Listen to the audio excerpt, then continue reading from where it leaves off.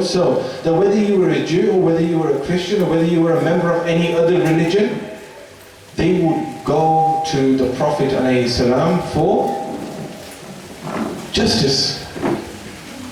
Because justice doesn't see religion and justice doesn't see creed.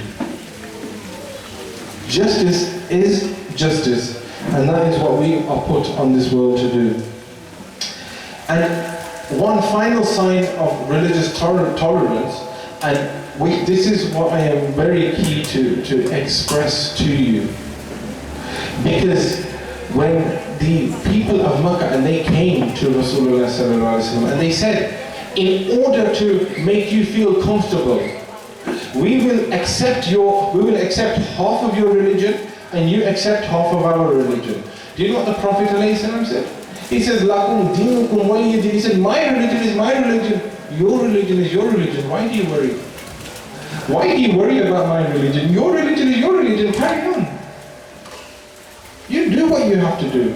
That's fine. My religion is my religion, I'll practice that. But your religion is your religion, you practice that. And this sends out a message of tolerance across the world. When you realize and you appreciate that groups like ISIS are not just formed overnight, they are formed by creating ideologies. And that ideology is seeping into Guyana very slowly but surely. We have seen signs. We have seen signs of this ideology. But it is your duty, each and every single one of you sitting here today, to ensure that those ideologies do not spread. We are available for as much information as you like about the concepts and the ideologies of this ISIS and how you can identify them. Because back in the United Kingdom, in the Fiji Islands, New Zealand, and in certain parts of South Africa, we have set up immunization programs to protect our future generations from becoming infiltrated. By these so-called Muslims. By these people who proclaim to be the followers of Rasulullah sallallahu alaihi wasallam. But let me leave you with this final example, because here you have ISIS who commit so much atrocity, so much terrorism, so much extremism, so much killing and massacre across the world. And then you have the examples of the true followers of Rasulullah sallallahu alaihi wasallam, like Amir al-Mu'mineen Sayyidina Umar ibn Khattab radiyallahu anhu. Sayyidina Umar ibn Khattab radiyallahu anhu, you know, Palestine is a hot spot, obviously, for with what's going on around the world. But did you know that when the Muslims ruled Palestine, they were invited to rule Palestine? There was no war, there was no conquest of Palestine. The Muslims were invited to rule Palestine. Why? Because at the time there was a Christian king, and the Christian king wanted justice. He wanted equality, so he said, let's bring in the Muslims so that we can all live side by side together. We can live all side by side together. So when Sayyidina Umar came, when Sayyidina Umar rode into Palestine as the leader of Islam, such was the humility of Umar that when people saw him from a distance, he was walking on the floor. And it was his slave who was on the donkey, who was riding the mule. And people thought they couldn't differentiate between the servant and the king. They couldn't differentiate. Such was the humility of Umar. Anyway, when Sayyidina Umar arrived, and the king greeted Sayyidina Umar, and he said, come in. And he showed the king this fabulous church. I must apologize, the name of the church eludes me. But he showed Sayyidina Umar this fabulous church. And it was a huge church, and it's a beautiful church. And Sayyidina Umar went in. And then all of a sudden, Sayyidina Umar was admiring the building. He was admiring the church. Sayyidina Umar was admiring this church. And then Sayyidina Umar remembered that he has to pray Salah. He has to worship. It was time for the afternoon prayer. It was time for Asr. So Sayyidina Umar said to the leader of the church, he said, I am going to take leave and I am going to pray outside. And the leader of the church, you know what he said? He said, no, Umar, you must pray in here, you must pray in the church. And Sayyidina Umar said, I don't mean any disrespect to you or your religion, but the reason why I do not choose to pray within this church is because if I pray in this church today, then my followers tomorrow will destroy this church and create a mosque, and I do not want that to happen. And Sayyidina Umar, and this covenant exists today. This covenant exists today. Sayyidina Umar drafted a document and signed this document to confirm the preservation of this church in Palestine for all of time. For all of time. He has written a fatwa, a religious edict. Amir al-Mu'mineen, the leaders of the Muslims, has written a religious edict to protect a church. Why? Because he knew that Islam is a religion of tolerance. Islam isn't a religion that is barbaric and that rules out all other religions. Islam is not a religion. Islam is a way of life, and it's a way of life which complements, introduces and embraces everybody. We have another qasida by Brother Raymond, somewhere out. Brother Yasar is alive Ya Rasulullah,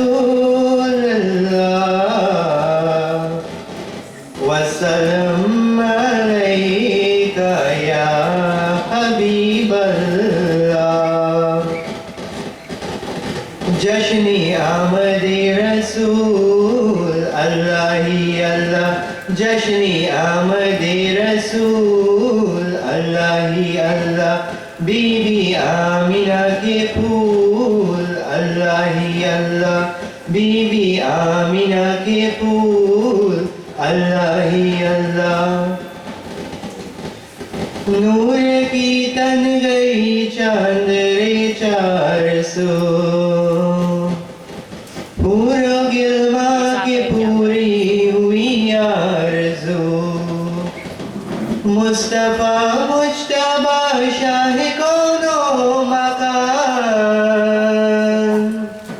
Rab ki sarkar jab ho gayi rubaro, fir Khuda ne kaha meri mahbooba tum.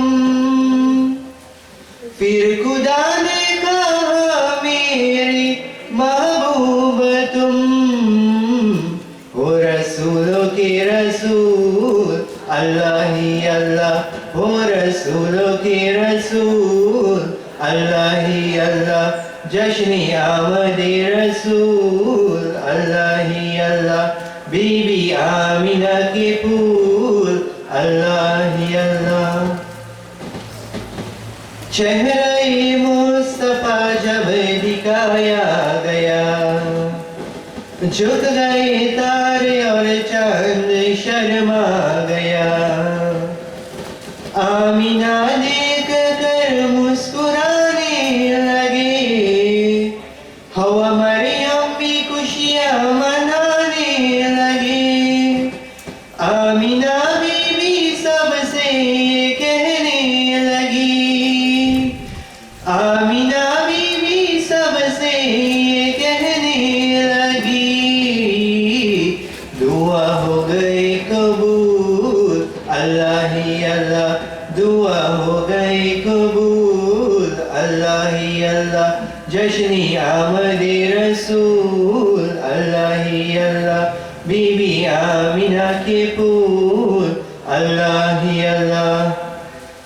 फर्श से अर्श तक नूर का है समा, लाए तशरीफ दुनिया में खैरुल वरा. आसी उम्मत की किस्मत संवरने लगी, बरसे रहमतों के बरसने लगी. ए हलीमा तेरी लोरियों के लिए, ए हलीमा तेरी लोरियों के लिए. रब के आ गए रसूल, अल्लाही अल्लाह रब के आ गए रसूल अल्लाह ही अल्लाह जश्न आमद रसूल अल्लाह ही अल्लाह बीबी आमिना के फूल अल्लाह ही अल्लाह Years are coming from past Magara. Of course, we're coming up to the home stretch when it's time for us to go home.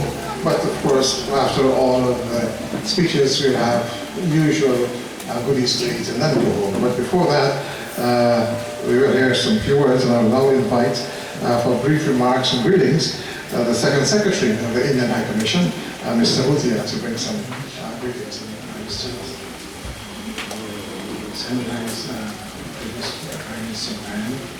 Last year I received and appreciate that. Actually, I am not prepared to speak here actually. This is my second time coming here to this masjid. And whatever I heard today, actually I am from India, but I've been to a masjid, but I've never heard the sermons. So this is the second time here I am hearing the sermons. So it is kind of enlightening for me, and to hear whatever you are saying and whatever is happening in the world, and people are thinking that Muslims are doing this and Muslims are doing that. And if they come and hear you speak, then they will know the difference that, like say, Daesh and ISIS and all those people are Muslims. So it is, like I said, a kind of eye-opener for me. And I hope to come here many more times to open my mind. And thank you very much for all the wisdom. High Commission.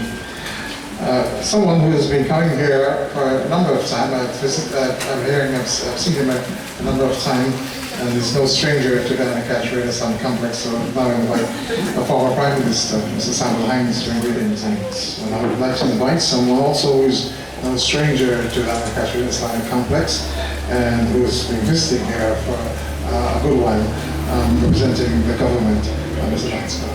Master of Ceremonies, the visiting Sheikhs, Shaykh Malik and Shaykh Akhtar, representative of the opposition,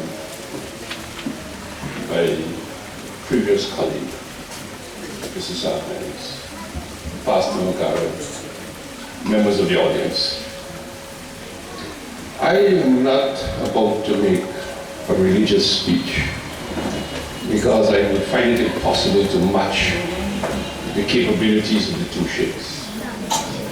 But what I could say is that having listened very carefully to them, I have come to recognize that the message, the complementary message, is a message which recognizes that religion is about brotherhood, it's about tolerance, it's about us accepting each other for what we are. And I was in Parliament on Thursday when the President gave the charge to the nation. And there are two aspects that I would like to emphasize. He spoke of a renaissance. But what he also integrated with that concept of a renaissance is the concept of us as a country seeking to bring reality to our national motto. And our national motto is one people, one nation, one destiny. Most of us, most of our ancestors were brought to this land. And we brought to this land different worldviews. But we have lived in this land for a long time. We have had what the scientists would call miscegenation. And miscegenation is the mix of the people. But yet, it seems as if we have had some difficulty of recognizing what the sheikhs were saying, that we are one people. And if we recognize that we are one people, we can also recognize that this nation belongs to all of us. So we can build one nation. And the destiny of this country is in our hands. We either choose to make a reality of our oneness, or we destroy each other by pretending that our differences are so fundamental. And I think the message of the Sheikh is very clear that religion accepts you for what you are. Religion is about tolerance.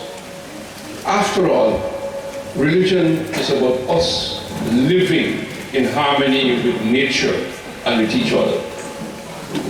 And therefore, if there's anything that we could take away from this presentation this afternoon, it's a presentation that religion is a source that integrates the diversity of human beings.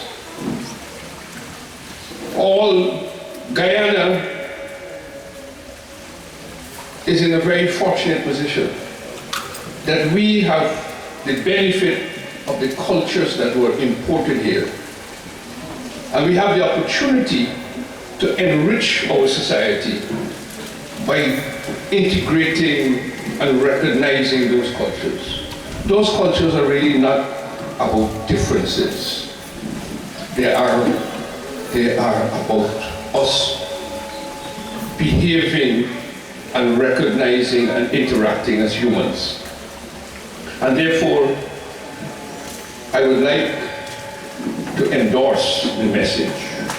And the message is, please, let us try and strive, not only in 2016, but in the years to come, to make a reality of our national motto: one people, one nation, with one destiny. Thank you very much. I'll bring now to the microphone once again, but Riaz, he's got some little protocols to do. As you would have mentioned, we're coming down to closing time, wrap-up time. And before we do so, we must give some honorary membership to a few members. This masjid has had its trials, had its difficulties, has its disadvantages, but because of members and also honorary members, the masjid is today a proud one. Today this masjid is so proud that we can have in our audience Muslims, Hindus, Christians, non-believers, believers, all gathered under the same roof with one motive: peace. And I'd like to just let our two sheikhs and our brother Lance Carberry note, and also our brother from the NABI Commission. I know the former Prime Minister knows this. This masjid here is the only masjid you will find we make way, like Pastor Magara will tell you. He's always part and parcel of our programs, even